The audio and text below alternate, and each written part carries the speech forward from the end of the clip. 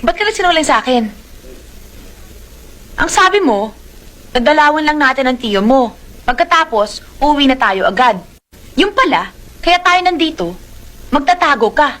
Hinahanap ka na pala ng batas. Ito nang sinasabi ko sa'yo. Papasikip na mundo mo. Pati ako, dinadami mo sa mga kalokohan mo. Pasensya ka na. Alam kong mali yung ginawa ko. Kahit sa panloloko, sinama kita rito. Ayoko mapalayo sa'yo. Ihatid mo na nga ako sa may sakayan. Uuwi na ako mag-isa. Mang Arias, aalis muna ho kami. Ihahatid ko lang si Cecil sa Maynila. Abay, gagabihin na kayo. Delikado magbiyahe rito kung gabi.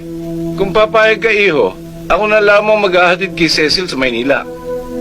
Ang sinasabi rito sa sulat, delikado ang buhay mo roon. Isasalvage ka pag nahuli ka o sumuko ka man. Kaya ka nga pinaparito ng ninong mo para magtago. Hindi para mamatay. Bahala na ho. Mamatay ka mamatay.